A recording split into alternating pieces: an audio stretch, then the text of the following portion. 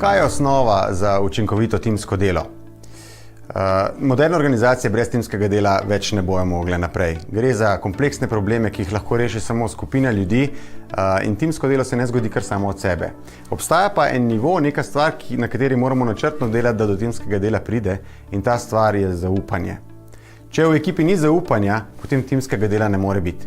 Se pravi, zaupanje je temelj vsega, kar kot vodja moram biti pozoren in graditi načrtno v ekipi, da do timskega dela sploh pride. Kako pa graditi zaupanje? Prva stvar je, da težko zaupam človeku, ki ga ne poznam. Se pravi, jaz kot vodja moram delati na tem, da se moja ekipa med sabo pozna. Tako privat kot službeno, da ve, kdaj si mora pomagati med sabo, da ve, kdaj mogoče kdo potrebuje neko pomoč, pa niti ne reče. In to se lahko zgodi samo na neformalnih povezavah, če delamo na neformalnih povezavah med posamezniki.